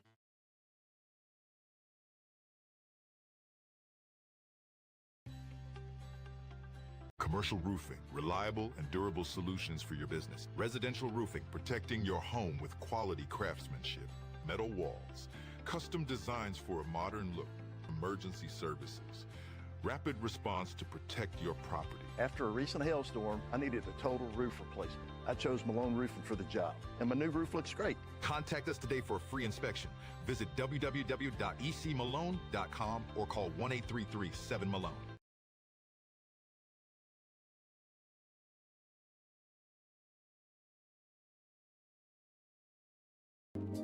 This is MPB Think Radio. Mississippi is our mission.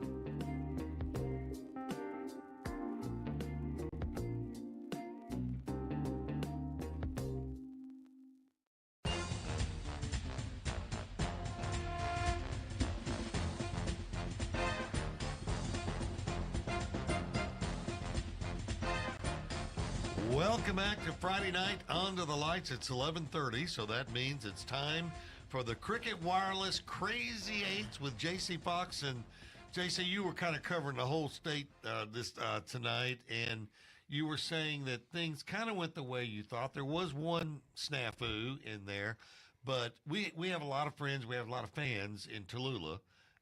They've called the show a good bit, and Coach Williams has. I already love talking to him. And they were on the road tonight.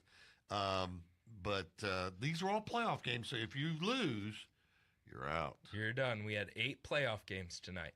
So 8-man is divided into 2 divisions. Both are MAIS 1A. So Division 1, Division 2. So this is the first playoff week that we see the 1 through 4 seeds. They got a bye last week. Now, when you divide those, is it divided by number of students or is it divided by geographical? I believe it's number of students. Okay, all right. So you don't have one 8-man team that's just really, really dominant playing down in the second. Yep, Okay, it's all right. Number of students when they do the redistricting Then everyone moves around. I got you. All right, so what happened tonight? So let's start with 1A Division 1. The number 1 seed, River Oaks. They're a Western team taking on Silva Bay. Silva Bay, we've seen them a couple times this year. In week 6, Silva Bay went on the road to River Oaks. They lost 56-20.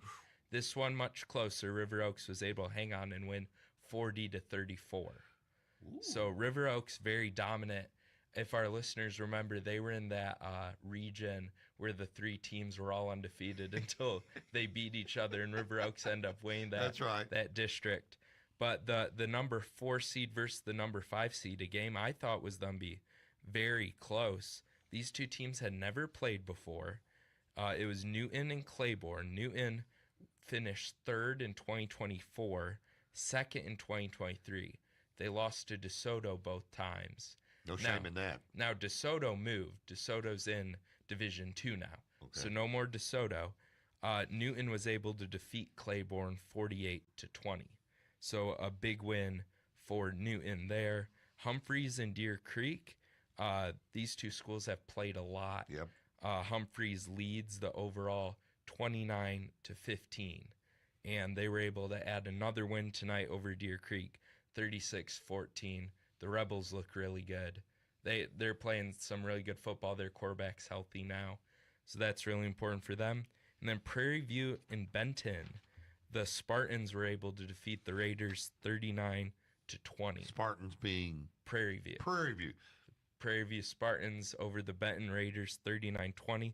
So that sets up next week. Newton will travel on the road to River Oaks, and Prairie View will travel on the road to Humphreys. I tell you, that Prairie View team has been pretty steady for the last couple of years. They haven't won a championship, I don't think, in the last 2 No, years. not in the last 2 years. Yeah, but they getting 7 and 8 wins. They just get beat. So this is really big for them tonight. Yes, so big win for them. Then when we get into Division 2, it gets shaken up a little bit. WCCA, who finished 2nd last year, they lost in the championship, lost to Calhoun 26-40. And that was a home game, WCCA being the number 1 overall seed in Division 2, undefeated. So Calhoun is still a good program. They finished 2nd in 2023. Barry wanted me to point out that in 2023 it was his Sharky team that defeated them in the state championship. Yeah, I think he wanted to slide that in there. Yeah. Okay. So, and then we have an Arkansas matchup, the number 4 seed versus the number 5 seed, DeSoto and Lee. They played in week 4. DeSoto won that matchup 26-14. DeSoto has won the championship in 2023 and 2024.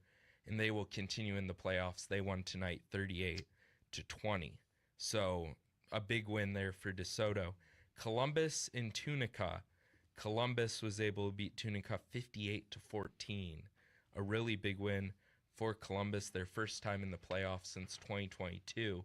And they're a really interesting team. Both their quarterback and their running back are state champions in sprinting. Ooh. And I've heard their quarterback can throw it too. So a good dual threat option there. Are they Columbus what? Columbus, Mississippi. No, Columbus Christian? I believe Columbus Christian. Okay, yes. all right. Wow. So that sets up the last game, the one I was at, Briarfield and Tallulah. So this is a big rivalry. They called it the Battle of the Blues. The Navy Blue being Briarfield and the Royal Blue being Tallulah. So they had that. They're separated by about 30 miles. On US 65 right along the Mississippi River over there in eastern Louisiana. Yeah. And Briarfield was up 12-0 at the half.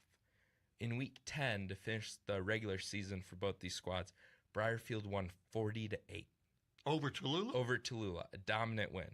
So Briarfield's up 12-0 at the half. It doesn't look too good for Tallulah. They come out in the second half, not even a minute into that second half, a 30-yard rushing touchdown. They convert the 2-point conversion, and then on the next Briarfield possession, they block a punt. And so they get the ball in the red zone, able to punch in another touchdown.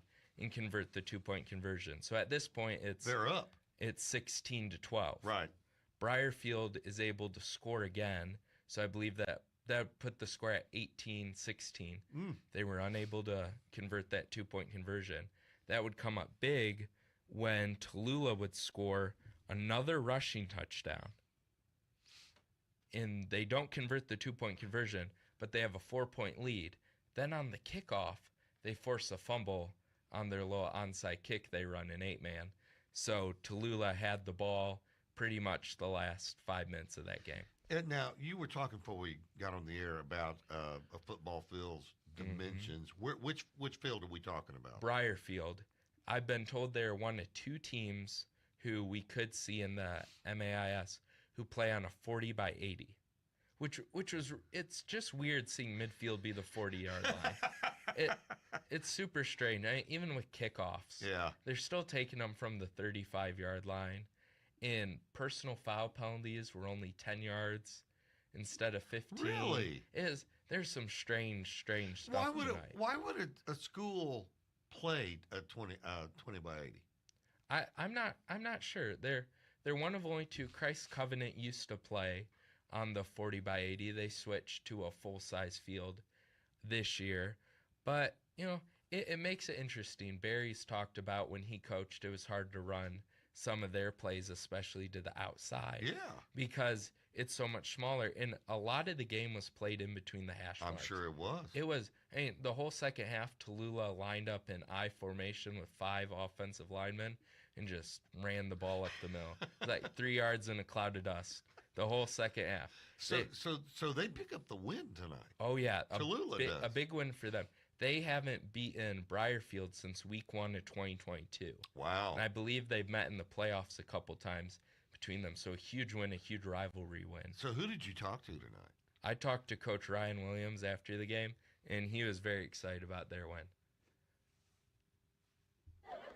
Coach, I texted you last week to ask how your game was, and you told me to come to this game. Yeah. What did you know was not happening tonight? Man, look, Bo Travis, he's got a stud of a team over there.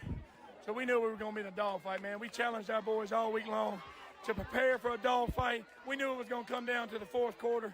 And, man, I'm so proud to be a Trojan, man. It means a lot. The job's not finished, but we got one step closer to it.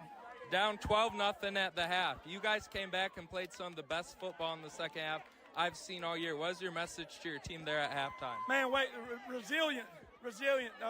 Don't be negative. Don't be selfish. Come out, play as a team, play as a family. That's been our motto all year. And they answered the call. We came out. We got some turnovers. We knew we had to have those. And, look, I'm going to tell you, we took an old-school football. We grounded and pounded, and we ran behind our big boys. What's your message going to be to your team this week as you guys prepare to play Columbus next week? Look, Columbus is a hell of a team. Marcus Davis is a hell of a coach. They got a hell of a program. My message is this. Got to keep God first. And we got to battle to the end. Thank you, Coach. Good luck the rest of the way. Thank you. It's a shame he's not excited about things that are going on over there. Well, I was a little concerned about the audio because it was loud. I mean, all night, the schools being so close to each other, it's the loudest. It was the most packed game I'd seen all year. And, Tallulah, they had a good number of people kind of do a mini field storming there at the end. A mini field storm. They didn't take a goalpost down. They did not take a goalpost down, and they didn't trample anybody. Well, that's so good. they kind of stayed in their own side, but they were very excited about that win. The team that has the different regulation size field, doesn't that affect them when they get to the championship game when they've got to play on a regular field? I mean, it could, but I saw Briarfield play at Humphreys, and Humphreys plays on a full-size field, and their offense looked totally different than it did tonight. They were able to air out the ball. They were able to use the width of that field to run some jet sweeps, to use the speed they have, and they were really limited in that tonight. So it'd be interesting to see. They do have the space up at Briarfield to put in a full-size field if they wanted to extend it, but I'm sure Coach Travis has his reasons for playing on that size of a field, and but it limited Tallulah too. Yeah. They tried passing the ball a little bit, and they were good at passing the ball during the regular season, but they struggled, and they were just the better team on the ground. Their linemen up front played better, and Briarfield had a couple guys having some cramping issues. It was warm out there tonight. It was. Yeah. You know, when November and you're still 68, 69 degrees at game time, and that does make a difference. There's a lot of passion from the fans in these 8-man games. Oh, yeah. Oh, yeah. It was super exciting to see tonight because, you know, the regular season games, they're excited, but once it comes time for playoffs, everyone ramps it up. Yeah. So there were cowbells, there were horns, there were Tallulah has like this air raid siren they play after they score a touchdown. It was crazy. JC, great job tonight. A lot of good stuff.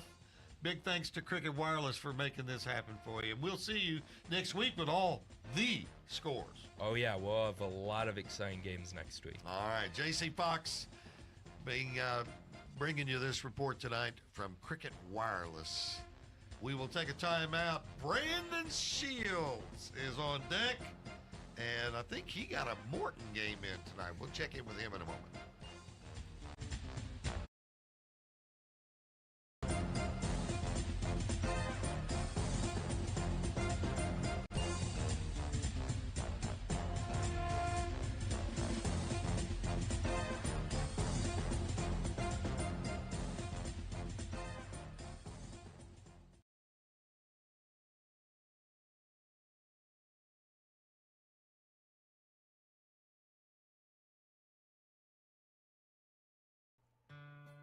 See your name and file your claim.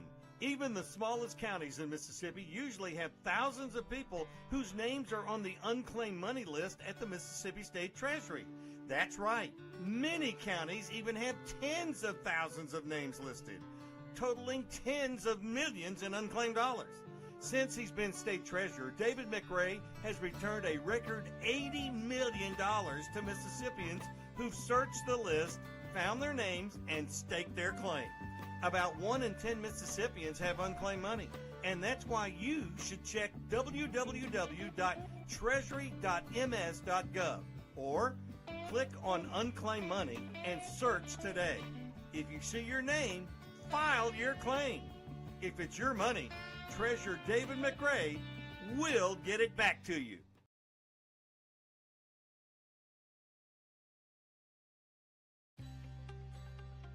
Commercial roofing, reliable and durable solutions for your business. Residential roofing, protecting your home with quality craftsmanship.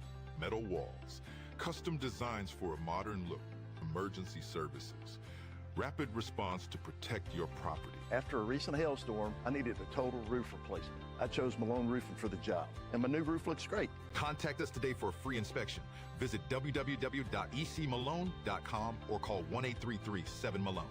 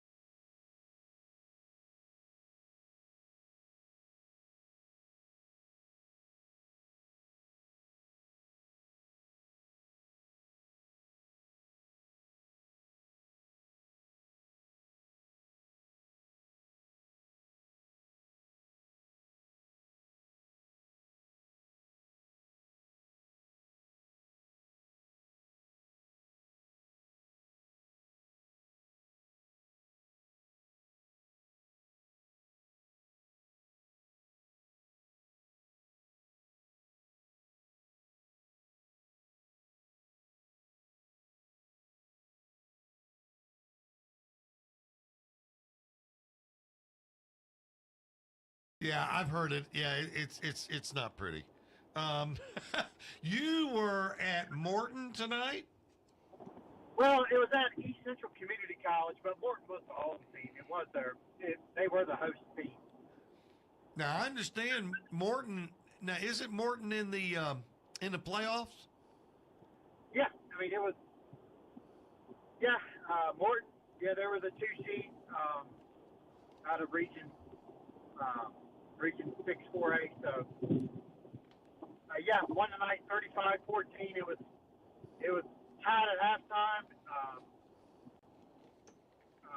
It was a very evenly matched game. Morton got 3 rushing touchdowns from Tristan Hobson. He also he sealed the game with a 25-yard interception return with a minute and a half left. So West Lauderdale, they do what they do. They run the ball. They play hard. They try to control the game, which they did for the most part in the first half. But Morton had the more explosive plays. They were the more athletic team and by far the more talented team in this matchup. And they were able to pull it out at the end. Now they can get a pass Christian next week in the second round. Well, and we were talking with somebody, I forget who it was, who they've got to play tonight on the show. George, you remember where Morton's got to go? No, I don't. I don't. Do you know, Brandon, where they're going to have to go next week? They go to Pass Christian. Yeah. That's what it was. So, yeah. And Pass Christian is like 10-1 now. Yeah. And what is Morton? They are now 6-4. Is this Morton team, Brandon, one of those teams that is getting hot at the right time? Has a 6-4 record, but could make some noise in the playoffs. They have the talent to do it. It's just they've just been so up and down all year long. The loss last week in overtime to Forest, kind of took a lot out of them. So it was kind of to see how they started the game, which they started out fine. It didn't feel like the game affected them. Meaning have the game last week beat them twice. So it was interesting to see how they responded. Which, in the end, they responded well, especially in the second half. So, it will be a very good matchup because the Pass has a very elusive quarterback. Yeah. So it can beat you in a lot of ways. So can Morton's quarterback, Jalen Stowers. It'll be a very evenly matchup, really. Well, that sounds good. I think Morton is one of those teams that's catching fire at the right time. But, boy, I'll tell you that we've talked about it with you throughout the year and how well the Coast is playing football this year. Well, it's just 4A as a whole.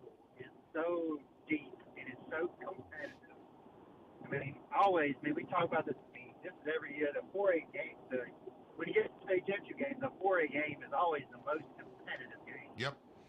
So, the 4A is so competitive. There's a lot of depth this year, just like any other year.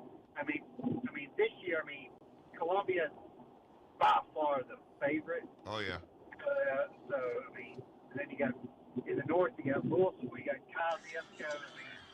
So it'll be interesting to see, how that, obviously, in the end, how things. Then in the south, you got Poplarville. Poplarville and Forest play next week. That was the South State Championship game last year. Yeah. Now they're beating in the second round. So that'll be a good game. That'll be a will be heck good. of a game. Tell you, Coach Bilderback and what he's done at Columbia is just really phenomenal. Oh yeah, of course, he got the job back late. Obviously, we all know how the off season went. Right. So when he got the job back in late March, me and him talked over the summer. He was like, "Man, that's what guys. There was no secret. We had to have the best summer Columbia's ever had, and they have, obviously. So they have the best summer Columbia's ever had in the history of Columbia high school football. And they're undefeated, and they had their way with Moss Point tonight. Now they get to play a scrappy Newton County bunch next week. So. Yeah, there's just something about walking in that stadium and seeing that statue of Walter Payton, though. Goodness. It's a sight to see. Yeah. It is a sight. It is a sight to see. Well, look, you keep it between the lines, get home safely, and we'll look forward to talking to you. You don't have any idea where you'll be, do you? I'll be at Ridgeland next week. Grenada at Ridgeland. Grenada Ridgeland, their first round matchup, 6A next week. Very good. Very good. That'd be a good one. Yeah, that'll be a good one. We'll look forward to talking to you then. Have a great weekend, bro. Yeah, thanks for having me. All right, bye. Surprises last night or tonight? Well, I'm a little surprised that that Northwest Rankin went to pedal and edge pedal. I mean, I think Northwest Rankin, had a pretty good season, but that was a game I didn't think they would win. Surprised that as good a season as Pedal has had, they lost at home both to Pearl and to Northwest Rankin. Yeah, I think that's a surprise. As far as anything else, I mean, How about Picayune? I think that would surprise yeah, me. that's a little bit of a surprise, but they've played a lot of close games this year. Yeah. I mean, they've won a lot of close games, but they lost. They lost to a good team at home, but they're not just trouncing people like they were a year or two ago. The but last 4 years. Yeah, but the good games. Yeah. But Brandon seems to pick up some momentum. I think Oxford Oxford was at home, but they beat Starkville. Yeah. Starkville's got a really good team, a lot of talent. They lost some games this year, but and I didn't really hear exactly how Oxford won. I know it was a close game. I don't know whether Knox Kiffin was in there or He was. Was. Yep. Geez, he's got a little magic. I mean, they've won 3 games with him playing, and he's a 10th grader. I know. Yeah. It's just, He hadn't played a whole lot, but it's a good story. it seems like he's doing pretty well. Lanier winning. Yeah, Lanier's a great story. It I is. mean, I'm not sure how many people outside of the Jackson metro area really realize that, but Lanier is traditionally a basketball school. I bet they haven't won 10 football games. If you don't count last year or this year, Okay. but you go back the last 10 years, I don't know if they've won 10 games in 10 years. I'd say 5 games. Yeah. And they 10-1 record, and now they're in the playoffs. So look out and see what happens. And 5A. They're in 5A, and they're Yeah. a JPS school. And JPS there's school. no other JPS school that's even close to that. Oh no, none of the rest of them. Callaway used to be. Well, Callaway's had a pretty good season. Forest Hills had won a few ball games. Provine didn't have a very good year. Jim Merle Hill did did. not have a good year. They didn't. But Lanier, I mean, and I've seen them. I haven't seen them in action, but I've seen some clips. They got some talent. I mean, they got some. And it probably, and to be honest, all those schools probably have some talent. But Tommy Kelly's getting it out of the guys at Lanier, and they're winning. Would you say no to him? No. No. Well, next week, we're barreling toward the most fun week of the year, which is the semifinals, because you've got some great teams, and half of them are going to go home. And so that is always the most fun, and that's our last show. Hard to believe we only have 3 left after tonight. I know that really is hard to believe. I feel like we just got started. I know. It just goes so fast. Where's it go? It's about like the time. I know. Fastest 2 hours in radio. sports in radio. Friday night under the light. Big thanks to the folks at MPB Think Radio for all of their great towers around the state. You picked them up, didn't you, JC? Oh yeah, you can get it over in eastern Louisiana. Oh yeah, look, if you can't pick up MPB, you're under a rock somewhere. Okay, so I mean they're everywhere. We want to thank them for handling the show, and also Chris Saxon for producing on Friday Night UnderTheLights.com, and of course all of our Roku and Fire Stick and all those folks make up what we do on Friday night. Russ Robinson saying so long for George Broadstreet and J.C. Fox and Chris Saxon and Ty Bailey. Someone check to see if Ty left early, okay? We'll see you back here next week. Good night, everyone.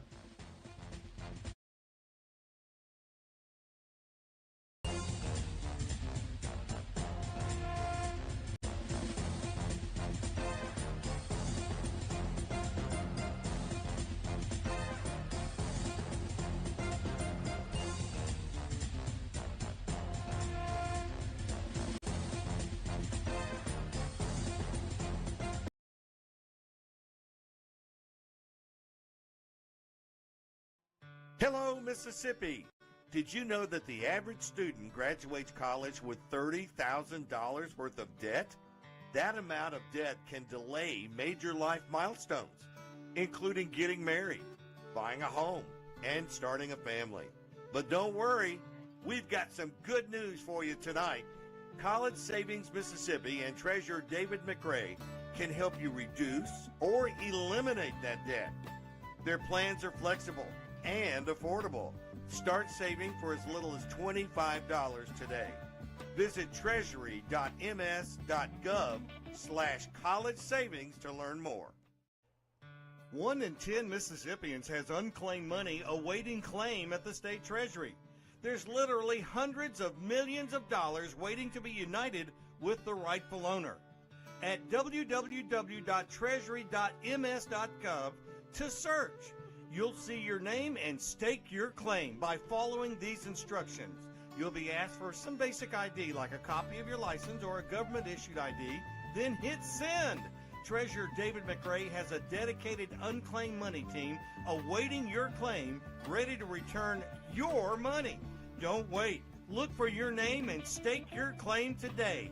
www.treasury.ms.gov.